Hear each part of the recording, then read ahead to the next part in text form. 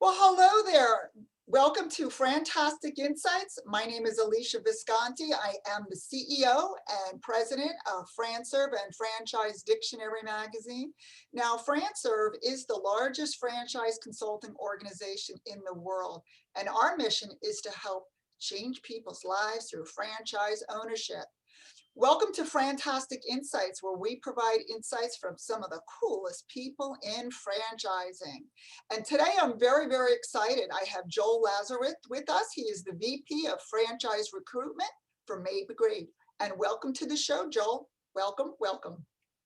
Thanks so much for having me, Alicia. I really appreciate it. Now, Joel, did I pronounce your last name correct? Yeah, it's close enough. Now you know what I say all the time to my first name, right? Absolutely. We're kind of used to that, aren't we? We are. Absolutely. Absolutely. Well, at FranServe, our mission is to help people change lives through franchise ownership. And we do that through a network of incredible franchisors and franchise consultants who help their candidates explore opportunities. And Maid Brigade is one of the franchisors that we represent and is near and dear to our hearts. So if you could share a little bit about your company, what it does, what makes your trait of your brand unique, and also your role and your background with the company and franchising. It'd be my absolute pleasure. So I've been in franchising for 23 years. I've had the pleasure of introducing brands in over 65 countries, over 150 US cities.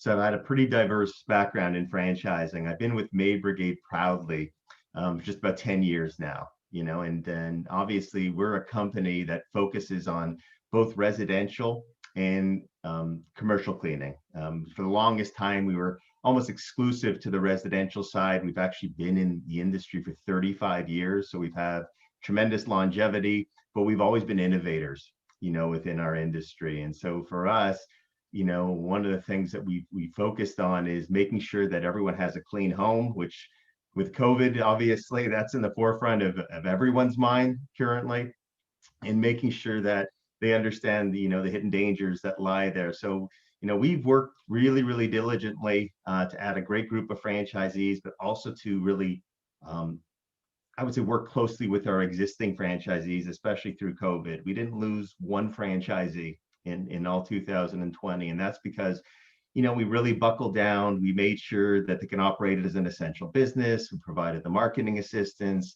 We communicated the safe COVID practices. And we focused on, our pure mist disinfection for both residential and commercial, which I'll be able to elaborate on today. So we educated our franchisees. We helped them with federal assistance that could help their business and make sure employees stay paid. So we did all things necessary to support our franchisees, throughout this time. Yeah, and you said that you've been in franchising for 23 years, so you're a newbie, right? that's the gray hair, Alicia, apparently. So yeah, that's for me, it's I love the industry, and obviously there's twists and turns that come with it, but putting people into ownership, allowing them to explore their entrepreneurial spirit, there's nothing better, and so for us, we look really closely at finding the right people, supporting them to the best of our ability, and making sure they'll be a great fit, for our brand as well. Awesome. Now, I know you were talking about how you've done expansions and throughout your career and with this brand. What about markets now that you're looking at to expand? I know sometimes when I ask this, I get everywhere, and that may be the case, but sometimes there's markets that you really want to penetrate. So I'll leave that open-ended for you. Yeah, no, I would tell you, it's funny. I think one of the big misperceptions is the fact, because we've been around for 35 years, a lot of people automatically assume that we're sold out everywhere, which is not the case. You look at a market like Pittsburgh that's been growing, we have no franchisees. You look at a market like Boston, we have no franchisees. You look at Sacramento.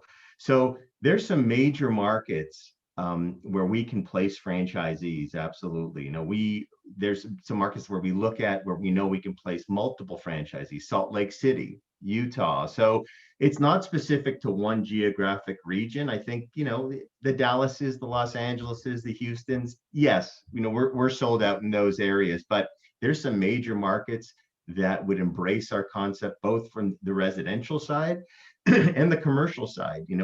We I just touched on a little bit earlier, but one of the things we've been able to do is really pivot during COVID, where we created 3 years prior to COVID these disinfection solutions that allow our franchisees to go into both residences and commercial businesses to be able to make sure that they disinfect. And right now, that's at the forefront of everyone's mind. So our excitement is tenfold now, because we've been adding new franchisees. We have these great products and services that we worked on 2 to 3 years prior to COVID. People come to us and they say, "Oh, so I guess you developed this for COVID." And the answer is no, we didn't. We've always been innovators in our industry. So what we did is we were looking for ways to separate ourselves from what is a crowded space. We make no apologies about it, but being able to use disinfection solutions that are approved by the CDC, and to go into, let's say, restaurants, bars, car dealerships, schools, banks, it's just been this huge difference maker for us. And so, although, the last year has been challenging for so many people, and I don't, want to diminish that, it's allowed our franchisees to, once they first had to deal with it, to really steadily grow from the pandemic. And so, yeah, there's some markets that are just absolutely fantastic that we're focused on, and we're excited about it as well. Well, I think that's great. And for the audience, as you said, that is such a misconception sometimes when a brand has been around for a while, that, the audience thinks, okay, well, there won't be anything for me. But here we're hearing, right, Joel saying there's plenty of really prime territory that's still available. And I love the idea that you're also residential and commercial. And the fact that you, again, had the foresight to develop what you did prior to COVID probably made that more seamless, because you weren't scrambling at that time to try to find something. You already had it in place. And I'm sure that was a welcome avenue for your franchisees. Absolutely. I can tell you, like most companies, when COVID hit, I know a lot of people like to buff out their chest and say it didn't affect us at all. Of course it affected us. And initially people were scared to have quote unquote strangers in their home, even though these were regular customers that we were seeing every second week. But as they started living on top of each other and got tired of the family of five getting to know each other far better than they wanted to, they realized we have to clean our homes, and then the commercial side of it, we used to be probably 85% residential, 15% commercial. And then we started getting phone calls from banks and car dealerships, and they're like, "We heard you guys disinfect. We know that your disinfection solutions are approved by the CDC. God, would that give peace of mind to our customers if we knew we can go into those offices and to be able to clean them?" So we've been doing that, and we've been steadily on a steady incline, thankfully, in terms of acquiring new customers. And then, of course, getting back the other customers that never left. They just maybe skipped a clean or two because they were fearful. And, we got those customers back. And so it's a very interesting time for us, because to your point, we're now able to offer both the residential and commercial. And the commercial, you're in for 15 minutes and you're charging, let's just say, a very healthy amount to be able to disinfect, their office, whether it's a doctor's office or a restaurant. And so it's created this whole new stream of revenue for our existing franchisees and the new franchisees that we're welcoming as well. Awesome.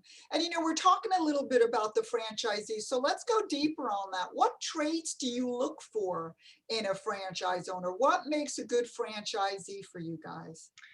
I would say a great franchisee for us is someone who has interpersonal skills. It's someone who's organized.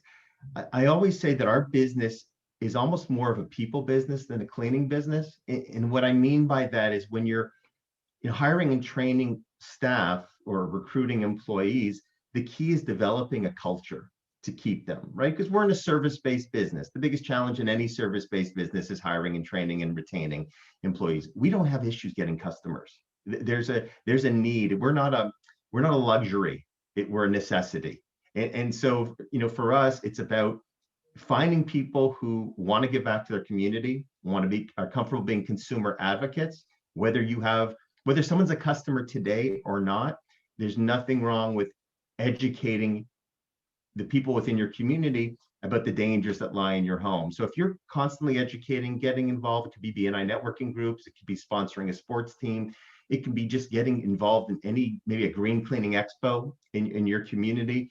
By making yourself front and center, people look at you and they don't think of you as Maid Brigade. They think of you, there's Alesia, she services my community. I can trust her. And so on that end, it's so critically important to find the people that have the interpersonal skills to be able to deal with customers, but at the same time are organized also to be able to manage a business that's going to scale pretty quickly. Now, Joel, if I'm a franchisee, do I go out and clean all the homes and clean the businesses as a franchisee?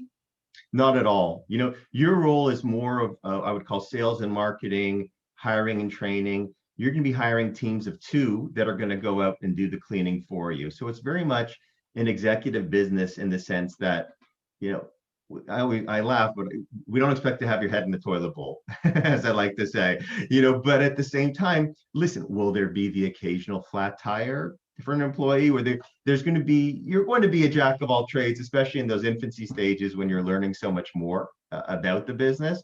But certainly our goal is to find someone who's going to manage the business, be the face of it. You could do in-house estimates as well to shake the hands of the customers so you're already forging trust with that relationship, because you're asking them for the key to their home. So that requires you being willing to be able to meet your customers, at least initially, so you build that bond.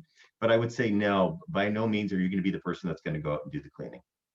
And I think that's important because I know some of our consultants, right, when they're working with candidates, that's one of the questions they ask, or that's what they assume, right? If I'm going to have a residential, commercial, aspect business, am I the one who's going to be cleaning? And here you hear Joel saying, no, that's not the case, right? You're going to be managing the team who's going to be doing that. Is that correct, Joel? Absolutely. You're going to be managing the team and teams. You know, the goal is to go to as many teams as possible so you can scale that business both residentially and commercially. So we're not expecting you to roll up your sleeves, and to be neck deep in someone's oven, so to speak. You know, you're going to be hiring and training the people that are going to go out and clean so you can concentrate on what we really want, which is the growth of your business. Super. And, correct me if I'm wrong. You guys have a veteran discount, right? You honor, right? Is that right? Absolutely. We have a 10% off the franchise fee. We absolutely want to honor our veterans. We love veterans as franchisees. We have some, so that's the least we can do for our veterans. Well, I appreciate that. I'm very active in helping veterans find the path to franchise ownership. I'm involved with the IFA, the International Franchise Association, VetFran. So I thank you on behalf of all the veterans as well. It's great that you do that. So I appreciate that as well. Oh, it's our pleasure. Absolutely. Thank you. So Joel, let's go a little bit deeper now, talk about one of my favorite hashtags that I use on social media. I'm probably guilty of using this hashtag more so than even my own company as a hashtag, and that's Franchise Strong. And I'm a very big proponent and fan of Franchise Strong because to me that hashtag really embodies everything that franchising is. It's the community, that comes together. We call it, the franchise fam, right? The Right. family, right? And we come together to really help people's dreams of franchise ownership come true. And I have seen that, through COVID, pre-COVID, it'll be there after COVID, that community that comes together, that no matter what, economy up, economy down, finds ways as entrepreneurs to move forward and to help their franchisees. And it's that tagline, right? Be in business for yourself, but not by yourself. And I see it over and over again where franchisors support franchisees and franchisees support each other during, situations. Absolutely. So I'd love to hear your thoughts and your ideas on what Franchise Strong means to you and to your brand. I think it's all about community is really what it is. We look at and I mentioned it earlier, and I don't need to rehash it, but I think it's important that, during COVID, we did not lose one franchisee. And what that meant was us buckling down and really saying, our focus, our emphasis needs to be on doing everything possible to keep a healthy franchise system and to give people as much support as they need. So when COVID hit, the people know where to go for loans. The people know how to make sure they kept their employees. We were working around the clock, to be able to do that. And our franchisees are mentors. I think I'll take it even a step further. When you look at our franchise training, and this is just an example, all of our new franchisees spend 3 to 4 days at a top franchisee's location. Why?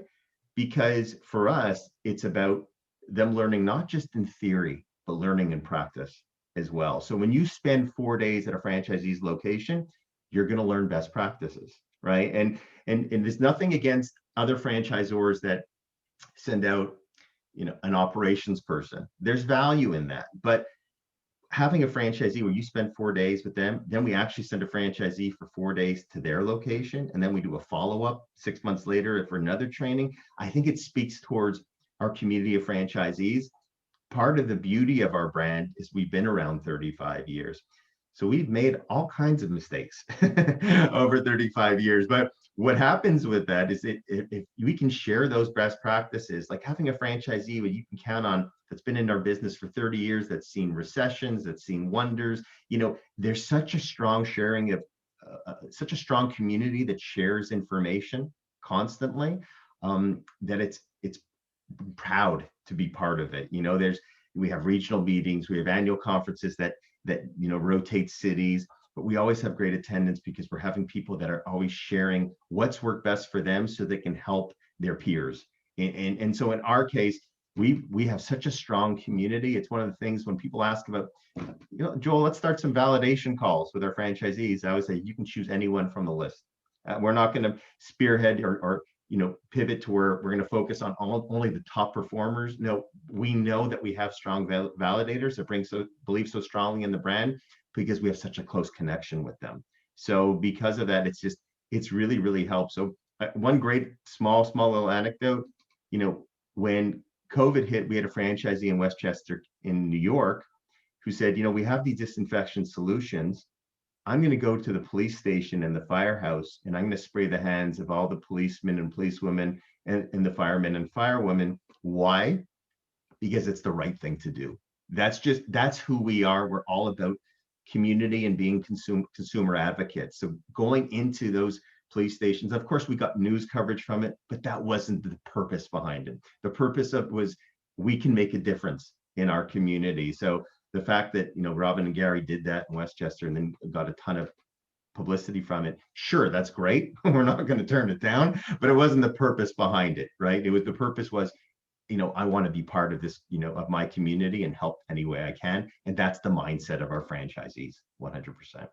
I think that's great. And I see that over and over again, exactly what you said. It comes through in their heart. It comes through in their passion. They live the brand because it really has meaning to them. And again, it goes so far, as you said, beyond just the business. I mean, the business is great, but when you're connected to the community and you're connected to other people, it really is a labor of love, right? I mean, and I'm sure you've seen that over the years as well, correct? We have, and because, listen, we're a service-based business. So because it's service-based, people don't think of you of Maid Brigade of blank. They see a vehicle that's driving in their community with vehicle wrap that says Maid Brigade, and then they'll say, oh, there's Robin and Gary, they service my community. They don't think there's Maid Brigade. And when you've reached that point, it shows the impact that you've made in your community. And that's something where our franchisees all strive to get that recognition of that sense of belonging where people really know who they are. And that is, to your point, exactly what we're all about, 100%. Well, awesome. And thank you so much, Joel, for your FranTastic insights. And audience, I'm going to thank you for your time. Be sure to subscribe to our channel to stay up to date with more videos. But Joel, I'm going to turn it over to you for any last words before we wrap up. I would just say I appreciate the opportunity, Alesia. I'm excited to work with people who want to get into business for themselves while leaning on a company that has 35 years of longevity, that's consistently been innovators. So we don't just sit in our laurels. We're always looking to evolve, hence the disinfection solutions. People always ask me, did you predict COVID? No, we didn't, but at the same time, it's a testament to what we're all about as a company. And that's making sure we're innovating and providing tools to our franchisees that help them accelerate their growth that much more quickly. So I love the opportunity to present what we're all about and who we are. I appreciate very much you including me and Maid Brigade. So thanks so much for the time. It was a pleasure. Well, thank you. It's a great brand. So audience, definitely put that on your list to explore. And I just have to say it, have a FranTastic day.